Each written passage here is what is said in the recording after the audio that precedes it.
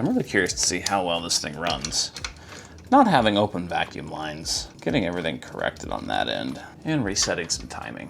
I think the pressure from that tank not being vented was so much that it just couldn't return the fuel to the fuel tank and was flooding the motor pretty bad. All things considered, I'm just impressed that this thing continued to run. According to what I could find on the internet, this plug back here for the vacuum line was supposed to be for a map sensor. And wouldn't you know it, we have a map sensor. So, gonna use that for the map sensor. And we're gonna plug up some of these front lines and get rid of the hose that we had to make do with.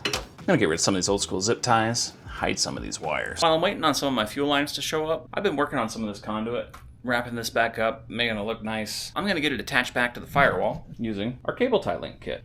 I like these because when I need to get into that wiring harness, I can take that off of there and I'm not worried about cutting zip ties and everything else. But I found a cool attachment in here. These are a little bulkhead attachment. I've got a few of these screwed right here to the firewall. And we're gonna tie back this wiring harness with it. And I can use a cable tie link to get our map sensor put where it needs to be so it's mounted in the right direction. And the really cool part that I like about this system with the cable tie links is they're reusable. So when you've decided that you wanted to run the wire a different way or add something else into there, you don't have to cut the tie. You just hit the tab and it comes right out and you can add more into it. I'll keep those up there. And now that's got that one tied back against the firewall as well.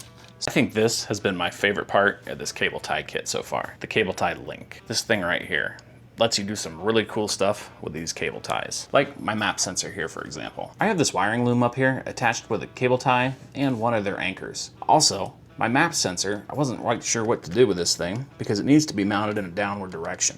I used a cable tie link and a couple of these cable tie straps to make sure this thing is in the downward position and I'm not worried about it going anywhere. That's pretty slick. Little wiring montage. Got all of our wiring tied back up here. This cable tie link kit has earned its money yet again today. I'll make sure that I leave a link for this kit in the description below so you can check out the cable tie link kit too.